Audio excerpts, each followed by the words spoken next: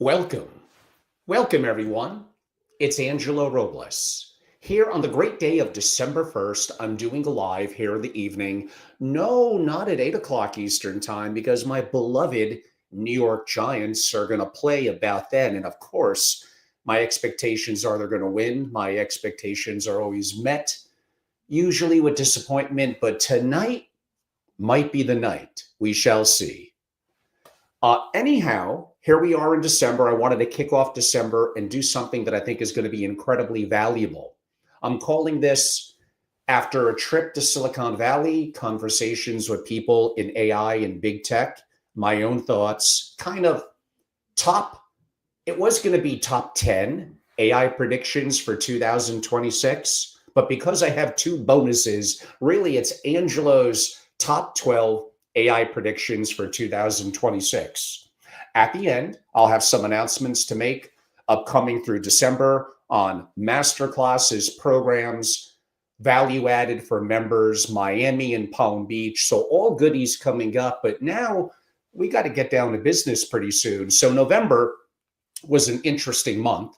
Effectively, I kind of kicked off with my final AI family office masterclass, which was the best one. Incredible instructors. It was amazing. I had an experienced AI family office set at 10x effectively their expectations. I got to get them to give me that quote, of course. And I had a trip to the Caymans where I led multiple sessions. It was great to get away. Obviously, Thanksgiving here in the US, so last week was interesting. I did have a guest early last week. I haven't had as many interviews this year, but I really focused on a lot of my writing, a lot of my thoughts, and a lot of things dedicated to two new programs to be released in the first quarter, alongside my updated, how could you not update an AI family office masterclass, Gemini 3, and so much is happening and incredible. I have to update it like every 2 weeks. But creating a top 1% family office and sovereign risk and disaster preparedness for family offices. And wow, you're all in for a treat, at least from my perspective, in very early 2026. I'll talk a little bit about that at the end, but I'm assuming from my promotions, you're kind of here for top 10 AI predictions plus two bonuses for 2026. And without further ado, let's get at it. No one specific order, but number one, the silent freeze, the end of entry level white collar. So the great resignation is kind of being replaced by the great stagnation. Companies realize that they can maintain productivity without backfilling often junior roles, analysts, copywriters, coordinators, by using AI. This is short term, could be a very dangerous economic trend as we progress into and through 2026. And the issue really isn't mass layoffs, it's the destruction of the on-ramp. If juniors aren't hired, well, they can't become seniors.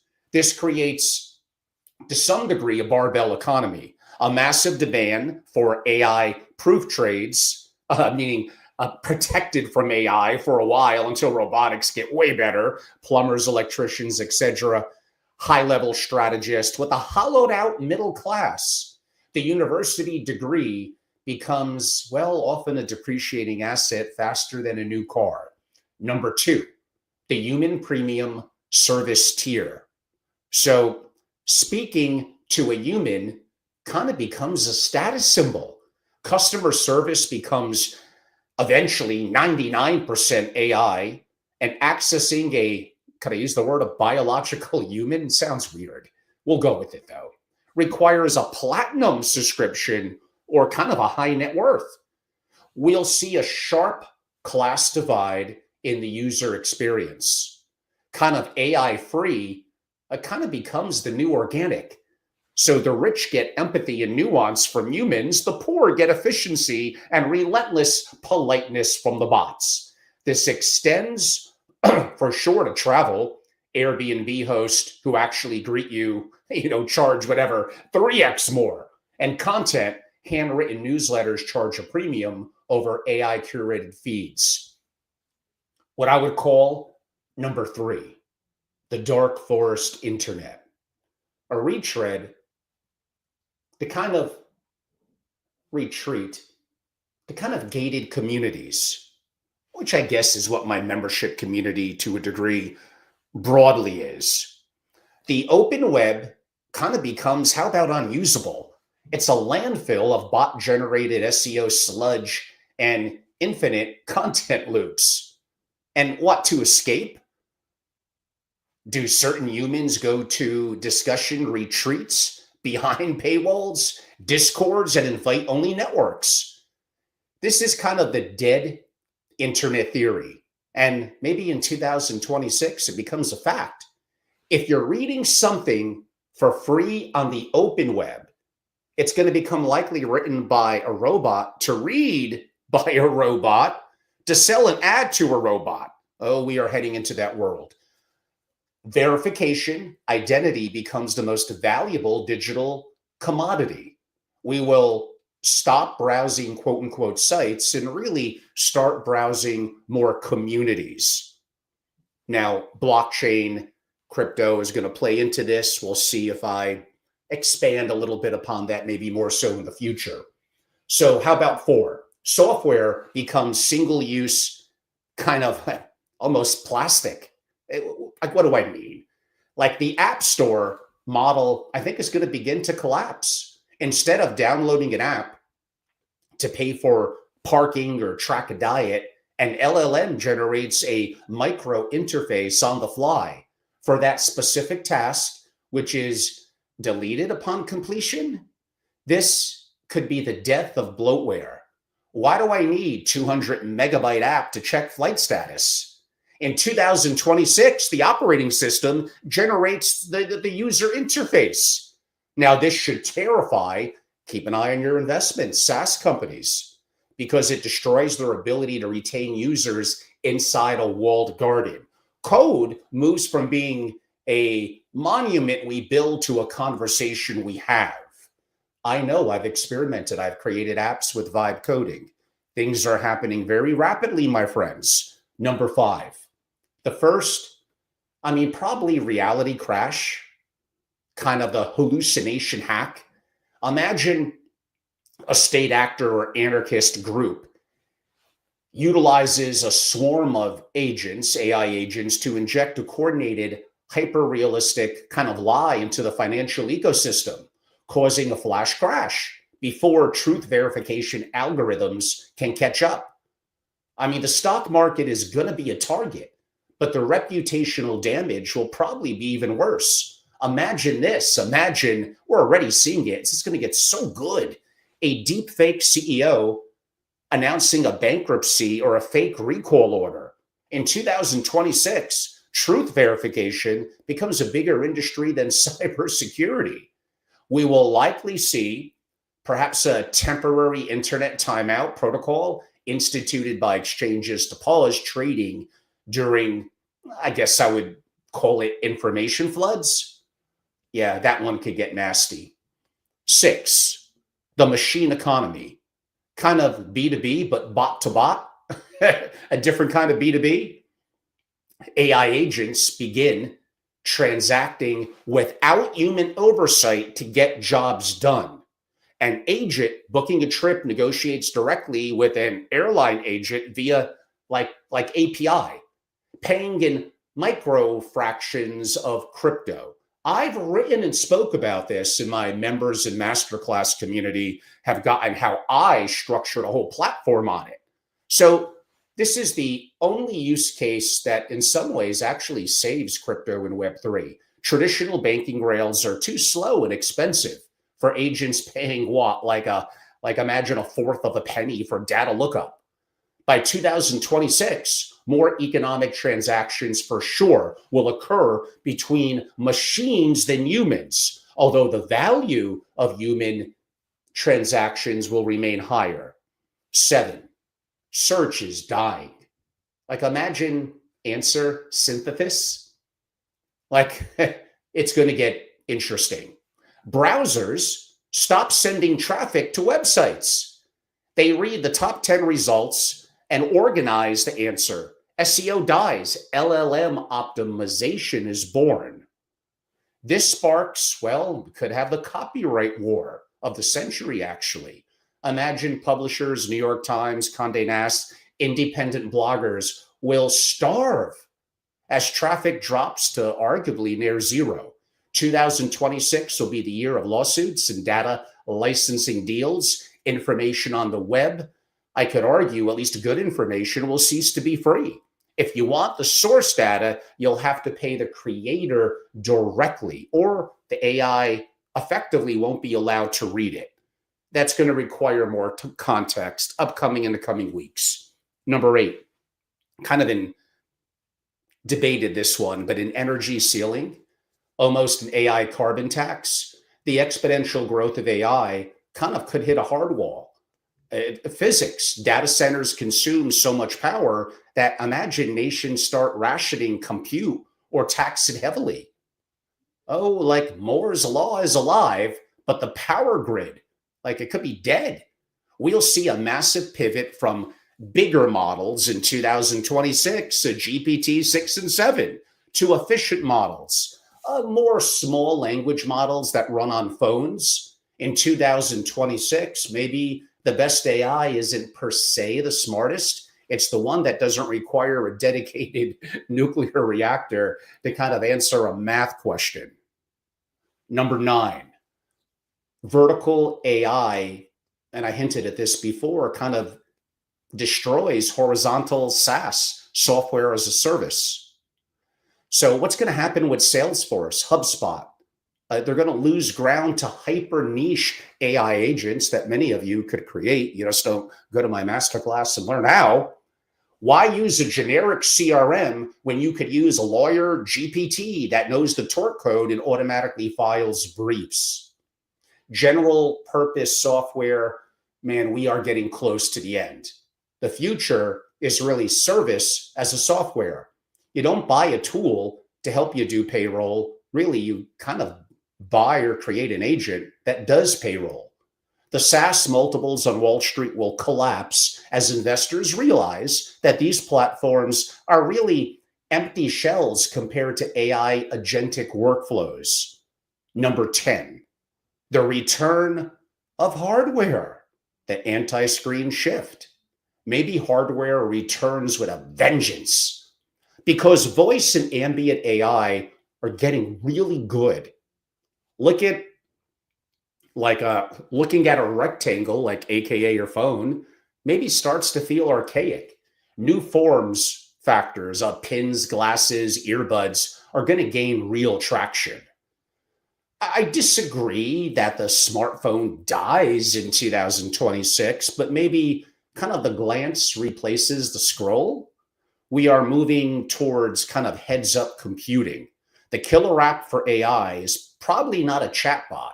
It's a voice in your ear that whispers the name of the person that just walked up at a conference. The keyboard remains maybe for the creator, but for consumers, voice and gesture are going to take over. Now, there's deeper thoughts behind this and how 2026 and the 27 is going to shape up. Could save them a little for a different time. I got the New York Giants to watch pretty soon, but we still got time. Okay, I promised 2 bonuses. We'll call it 11. How about the good enough bundling? Google, and we're seeing it with their awesome Gemini 3, strikes back. Oh, I don't know, the Microsoft Netscape playbook?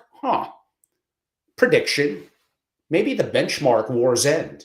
Users really stop caring if a future GPT-6 is 4% smarter than Gemini.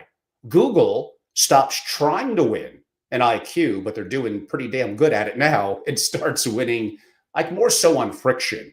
By integrating their Gemini invisibly into Android, Chrome, and Workspace, Google makes kind of going to others, like, don't want to pick on ChatGPT too much, but let's do it, feel like an unnecessary extra step. So, I mean, does the best rarely beats the default? OpenAI risked becoming arguably the Netscape of the AI era, the pioneer that defined the medium for sure, but was crushed by the incumbent who owned, in this case, the incumbent distribution rails. Unless OpenAI successfully launches, which it might, it's up to something, its own hardware or operating system this upcoming year, likely via a deeper exclusive, probably Apple integration, or maybe a proprietary device, they will be relegated to a power user tool while Google captures the mainstream sheer inertia. 12 in the last one. Ooh, maybe the CapEx reckoning, the V-shaped investment crash? Kind of maybe a $600 billion question. Wall Street loses patience with infrastructure spend without application revenue. The massive valuations of mid-tier foundation model companies, kind of those building the GPT-4 clones, as I would call it, a little behind the times, without a unique moat, collapse. We see a wave of kind of what I call acqui-hires, where big tech buys these unicorns really just for their GPUs and researchers and kind of shuts down their products. The build it and they will come phase may be over. In 2026, capital rotates violently. It flees from general intelligence, building models, and floods into applied intelligence, vertical AI, physical reality, energy, robotics, data centers. If you are a startup pitching yet another LLM that piggybacks effectively, you get like nothing. If you're pitching nuclear like mini reactors to power the LLM, well, you probably get billions. The industry realizes the bottleneck. The bottleneck really isn't code anymore. It's electricity and unique proprietary data. So I did want to keep this relatively brief. I couldn't resist turning 10 into 12. Honestly, I could do 30 or 40. But these, I think, are some of the things that we see coming in 2026. Again, there is no stopping this train. The US government, in a Cold War with China, is putting everything they have. I could get into thoughts on OpenAI. Will the US government kind of backstop them if need be? Probably, no matter what David Sachs said. The US government is certainly going all in, and I do think it's the right call. Now, this creates an interesting discussion around investing. What Google is doing is actually pretty amazing. And I hinted a couple of months ago, I was very big being long on that. NVIDIA, we could go a little back and forth there. I still think relatively short to midterm, we're going to be good. And I do think with especially robotics and robotaxis, you're going to see a very interesting year from Tesla.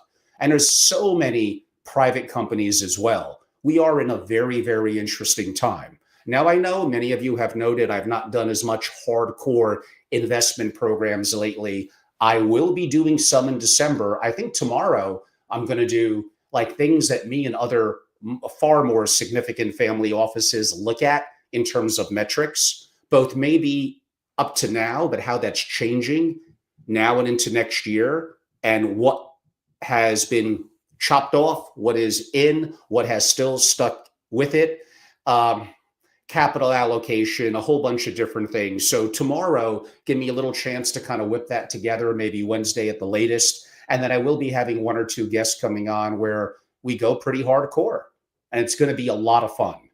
Again, I'm going to say it. I've said it before. AI is underhyped. Now, here's what I'll also say. I got some pretty smart family members, and they know that I'm pretty active in this community. I'm shocked, but maybe I shouldn't be. Like, why am I always shocked? And we're talking pretty high IQ folk here. Like, they didn't even know what Anthropic was. They just know the basics of, oh, that ChatGPT, is it on 4 now, or is it 4.5 or 5? Occasionally they'll get in it. They'll put a one-sentence prompt that they think is good and accept the answer. Like they need to be attending my masterclass more than anyone. I am telling you, I am 100% right about this. And my timeline is correct. No, this is not 5 or 10 years out in the future. You have to get much, much better understanding the models which one is better for what, how to make them battle each other, where Gemini 3 newer has an incredible edge and why it's a pretty massive step forward, but where Claude and Claude Code and building and vibe coding and creating AI agents, again, I'm doing this and I'm an old man that knows nothing. And how am I able to create apps? How am I able to create AI agents to have my LLMs battle each other for the best answer and teach that with incredible instructors like I did back a couple of weeks ago, the week of November 3rd, I believe that week was. Like, it's happening rapidly, rapidly. Everything that you know, I'm not going to quite say is coming to an end, it's changing. Energy is going to equate to effectively intelligence, and intelligence, very advanced AI and deep reasoning, is going to be in everything. And once we get the energy picture right, debatable, and there's a whole bunch of other factors, including the advancement of robotics. Like, this is an intriguing time to be alive. Are there parts of me, I said this before, that wish I could roll back the clock to the 70s and 80s? Maybe that's why I still listen to 70s and 80s music and enjoy movies that bring me back to my youth. Sure, there's a part of me that wants that. I just know that's not a world that we're living in. So you can make the decision, like multiple of my high IQ family members, to, it's interesting. I know a little of ChatGPT and that's good. You will lose. I almost wanted to grab them and shake them into a reality, but like, it's like Thanksgiving time. I got to be a little bit of a gentleman sometimes. And I was told to keep away from my political discussions. It was a very warm and loving Thanksgiving. But looking back, and maybe between now and the end of the year, I will reach out to those family members and, I'm going to talk and they're not going to listen, but I'm going to try. And I see it with many of you. I offer AI white papers for free that are 150 pages and incredible, and like less than 1% of you show any interest. Now I have to update it, and constantly update it. And I didn't do that with the Gemini 3 and so many new things I've learned in prompting and AI agents. I will do that before the end of the year and have a chance to update that, I promise. So I did want to give you a little bit of what's ahead for the remainder of this year and what does the early first quarter look like. So one, I hope you enjoyed this. There will be more to come, both solo, like I'm doing tonight, and live. I do want the interaction, as well as at least a couple of interviews. And heading into 2026, I'll probably have a better balance of my solos with more interviews. I got some great guests. Just lining up their timing sometimes between now and the end of the year is a little difficult. There's very deep philosophical, intellectual questions around what's going on in the world, in AI, and economics, that having a debate, a battle of ideas, I think is very good. But I have found out, like I mentioned to many of you, a lot of people are uncomfortable with someone who challenges their assumptions and comes at it with a little bit of rigor and that back and forth. I almost enjoy confrontation. I don't mean that in a negative way. It's effectively how I learn, by debating ideas and hopefully not getting anchored or too much in an echo chamber myself, but we're human. We all fall prey to that. So there's just so much going on. Like, please, if there's one thing as an entrepreneur, a family office, an executive, anyone, like, how could you not see what's happening around the world? How could you not see the AI story? I mean, I could get into darker areas, the rise of socialism in the US, why that's just horrific. What's going to happen at the midterms? Oh, we got a lot of good subjects to cover. Ones that everyone in the family office world says, Angelo, be just a boring vanilla guy and never talk about that. I can't do that. I'm not saying I'm right. I'm wrong my fair share. But can we talk about difficult subjects within the framework of our community? And hopefully, again, I want people to take the opposite side and want to come on and have a conversation. A lot of them just aren't comfortable with that kind of setting. They just want me to ask a generic question or two that they create, shut the hell up, and have them kind of do their thing. Sorry, no, unless you're a massive celebrity that could help me draw more viewers, I mean, I may give in a little there, but other than that, I'm just not going to do that. I'm going to remain me from that perspective. So there will be some more solos, including likely tomorrow, that will have more of an investment bent. I got a really dark one too on my sovereign risk. I'm trying to see if I could brighten it up a little bit. I'll try, but I don't know. Maybe I am my own Dr. Doom. Oh, lots to discuss. So there's two projects. I will relaunch the AI Family Office Masterclass, likely 3 or 4 times in 2026. I do not see me lowering the price, my friends. It is what it is. You either want to get a massive advantage and rock it and crush it, or you don't. You want to become a dinosaur and believe that you're going to read a blog or go to a generic tech conference and think you're going to understand it. I am bringing in billionaires, family offices, rising gen, and we're hardcore going into and showing how we're actually using and building these programs and agents. Like, how could you not want to be a part of it? Now, there will be some, because I've gotten inquiries, that I will bring myself and the dream team to you with no other families. Yes, that's going to cost more money. So I'll probably do 2 or 3 of those next year. But I will be rolling out finally my Creating a Top 1% Family Office, initially as a handbook and resource for my members, and my sovereign risk and disaster preparedness. There is no one in this community that could touch me on that one. I am doing hyper unique work. I'll be wrong, I'm sure. Maybe I'm a little echo chambered and looking at it through a certain lens, but I am giving it everything I got to wrap it up by the end of the year. So those will be rolled out as additional masterclasses, unlike the AI one that I think has to be immersive. You have to be there. Those two, my members are going to get it all inclusive. Access to me, a handbook, which is huge, the digital version, and covering any in-person, which there will be, masterclasses that I host. But I will likely torture myself and do 10 or 12 hours of recordings with me and special guests on Creating a Top 1% Family Office and sovereign risk and disaster preparedness. I spoke to a gentleman today in Europe. Wow, this guy, hyper high IQ, former Black Ops agent and sniper. And this guy's stories about what's happening to families and the devastation that many of them are getting around the world, financial attacks, family members being kidnapped, and the steps that he takes, I'm bringing this guy to Palm Beach, and you're going to meet this incredible European. I actually have something nice occasionally to say about Europeans. It does happen occasionally.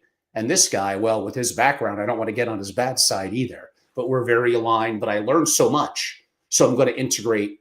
So what I'm basically saying is those latter two masterclasses, I will have a downloadable handbook and digital version. I'm a capitalist, my friends. If you're not a member, you're going to have to pay for that. And no, it's not going to be $199. But it won't be as expensive of coming to a multi-day in-person immersive masterclass, but that will be available at least once during the year for each of those. Again, become a member of my SFO continuity, get my intelligence and strategy network, and it's all bundled up. It's all inclusive.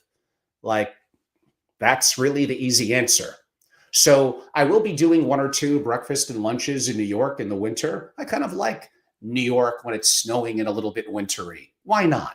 But I do love one of my homes here is in rural Connecticut, and that's awesome too. I will be hosting a family office day in Miami at the Ritz-Carlton in late January, and I have an incredible agenda and great speakers lined up. And who else is doing this? For my members, 5 days in beautiful Palm Beach. Sign the contract today, making it official.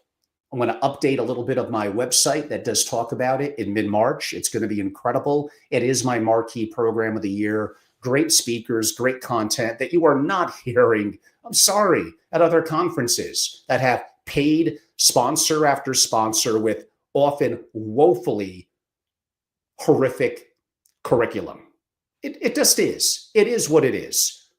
So if you want to be part and immersed in something that's real, that talks about topics others don't, that has real billionaires, real investors, real people that use AI, that invest. Some of them don't use AI, they're classic investors and want to hear about structuring, about geopolitical issues. I'm going to have a new twist on my story of the Detroit paradox. I'm going to bring the gentleman from Europe that I noted. Like, we got just so much going on.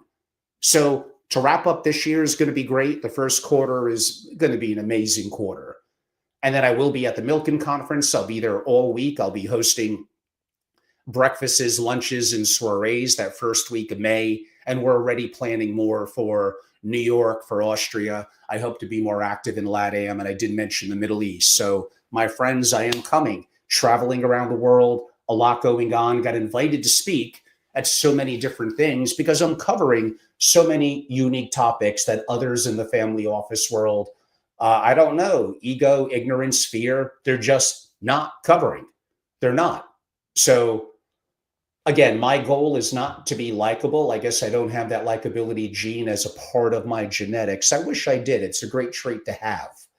I'm opinionated, and I got some things I want to talk about and things I want to learn. I have incredible questions. I have a list of questions that are so deep, so philosophical, and circling back to money and families and what's happening around the world. And honestly, sometimes I share them with some people that I respect to come on the show, like they don't want any part of it. Like, I'm trying. So I don't know if you're a hyper IQ person that like, hey, Angelo, you should be inviting me on and let's rock and roll. Let's go back and forth. Let's agree occasionally and disagree a lot. Like, I'm open-minded. No guarantees. There's got to be a little bit of a reason behind it, but always feel free to reach out to me. Well, we got some interesting comments coming in. Trash AI and a whole bunch of other things. Looking forward to sessions. Thank you all very, trying to see if there's any more specific questions besides about my hairline, my beard, blockchain will become, good stuff. David Siegel's book, Pull. Okay, I'll look into it. There are a couple of books. I prefer Kindle, but I decided to do both Kindle and one soft and one hardcover. They're not in front of me right now.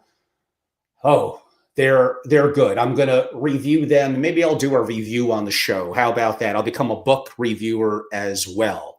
Let me keep them a little close to the vest for now. Either this weekend or next week, we're going to rock and roll on that as well. So there is a lot going on.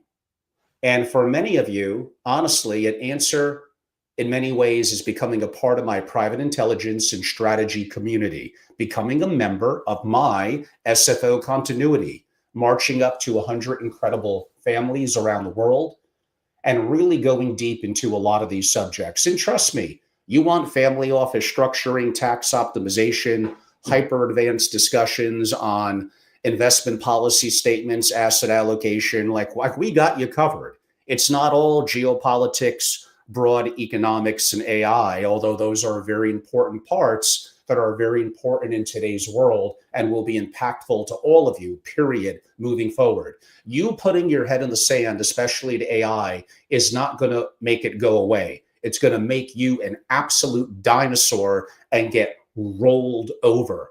I hear a lot of these Wall Street heads and others, and some of them iconic figures who I do in my own way respect, but I cringe when I hear them talk about AI. I mean, a lot of them are just, honestly, they're too old. I mean, I'm in that camp as well. I mean, I'm 60.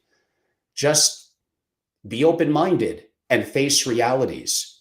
Everything that you know is coming to an end. Everything is changing. And you're going to get left behind, many of you, as families, as members, as executives, as people that service the community. And I'm trying really hard to wake you up. But a lot of you are comfortable in your status quo. A lot of you are comfortable with organizations that you belong to because you feel you're a bunch of like-minded comrades and no one is looking at you saying, like, what the hell, you're wrong.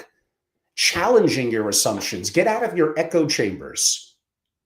So become a part of what I've built. You could go to angelorobles.com. You can learn more about upcoming programs, although sometimes I'm a little slow updating the events tab. The AI masterclass, the more personalized version, and other areas around my new content that I mentioned on creating a top 1% family office and sovereign risk and disaster preparedness. Those will be two incredible, hyper unique masterclasses upcoming. I will probably convert my 10 things to do with AI right now for a family office into a book. Challenge is like every week or two, it changes, but I may just give it to my resource and have them, get it up on Kindle. Fine. I do have the family office playbook. It's about 500 pages with 850 questions and checklists, even for a multifamily office. I'm not only the single family office guy, although that is the majority of my focus, but 85% plus of that also is going to apply to a multifamily office as well. That will be a published book, probably mid to late first quarter. And I have another one called Billionaire Mastermind that I haven't spoken about too much. My travels around the world, my conversations and knowing, including very well personally, some of the most incredible entrepreneurs and billionaires, and traits and lessons learned. So more to come on that as well. So even when I'm not as public with my videos and all that, I'm almost always writing, thinking, restructuring, and have something going on. Me to stay static is effectively impossible. So now it's 7:40 Eastern. You're all getting pretty close to being in the way of watching my beloved New York Giants, the return of Jackson Dart, our hope and promise for the future. I'm also a huge Oklahoma Sooners football fan. It looks like with 99.9% certainty they'll make the college football playoffs. The offense is a little not that great, but they're so good. And I think so well coached on every other aspect of the game. And no, I'm not a Johnny come lately, my friend, since 1974. I wasn't even 10 years old. And I guess I did latch on to their championship year that got my attention. Barry Switzer and others. Okay, as I'm talking about American football, especially college, I'm probably completely losing my international audience who's saying, why is Angelo calling that football? He means soccer. No, I mean American football, my friends. So on that note, I think you all know what to do. Go to angelorobles.com and learn more. I should be on a couple of more times this week, including a little bit more of some investment focus, as well as something that will be startling and segueing pretty well into my sovereign risk and disaster preparedness. I think that's about it with comments and questions. So on that note, I appreciate all of you. I hope you're going to have an awesome December, a wonderful holiday season, and you all could reach out to me and connect anytime. You all know how to do it by now. Thank you and have a great evening.